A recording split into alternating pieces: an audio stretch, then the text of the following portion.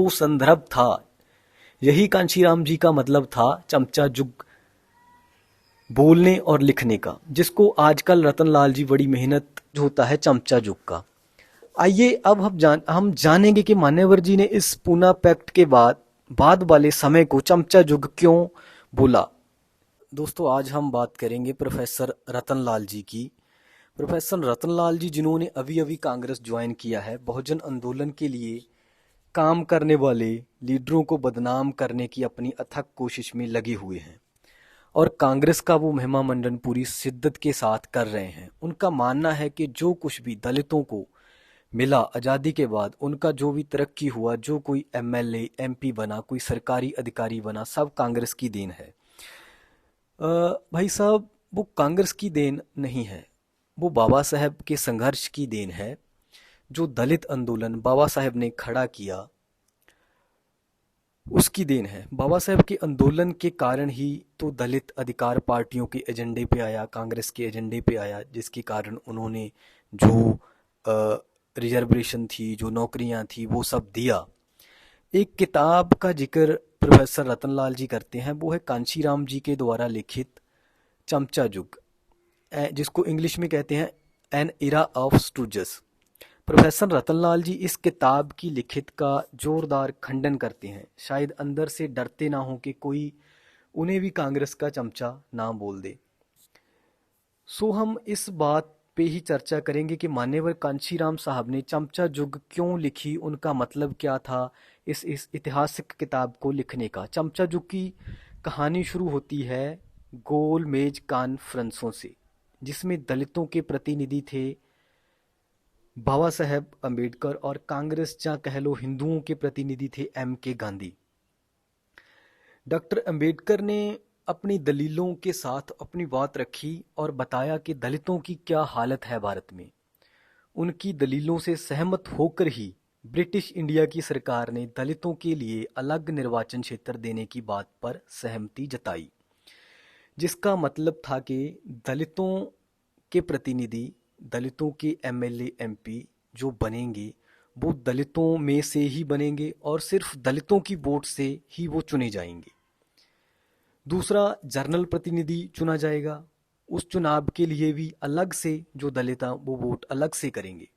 मतलब दलितों को डबल वोट का अधिकार होगा, जिसका गांधी ने वहाँ गोलमेज कॉन्फ्रेंस में भी डटकर विरोध किया।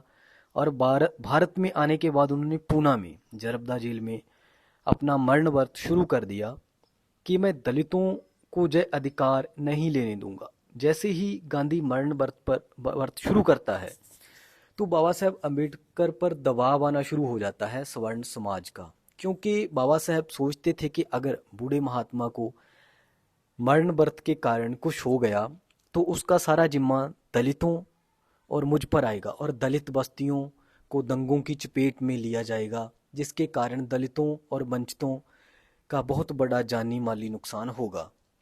इसी दबाव के कारण बाबा साहेब को पूना समझौता करना पड़ा।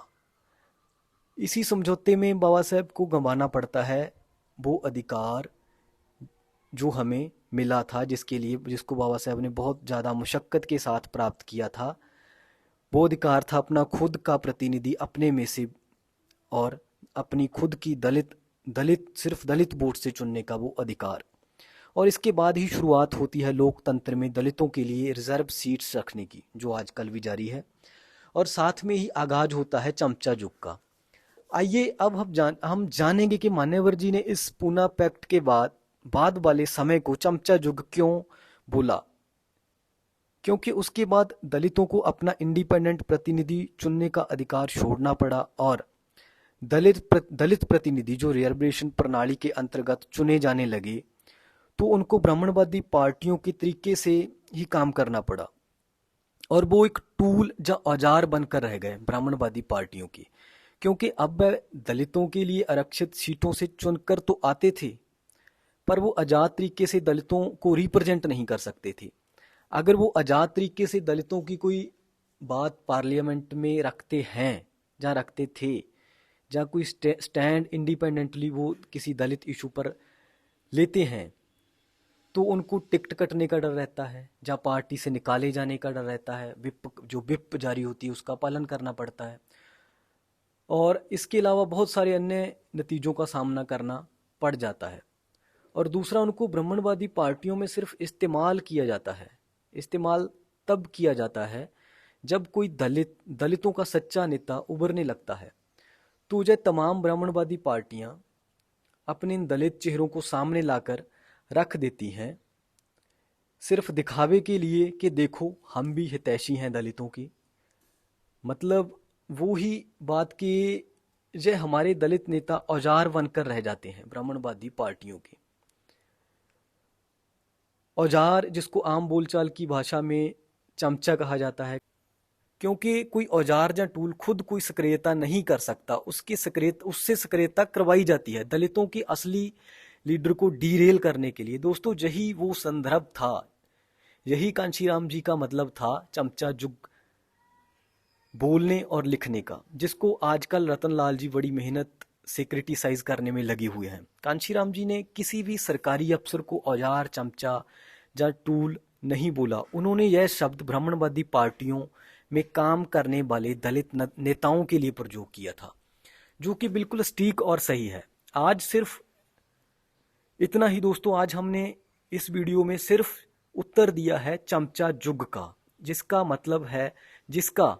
इसका मतलब क्या है, रतन लाल जी की तमाम बातों का उत्तर देने का हमने इस वीडियो में कोशिश की है।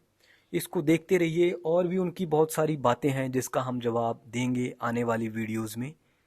धन्यवाद दोस्तों। जय भीम, जय भारत।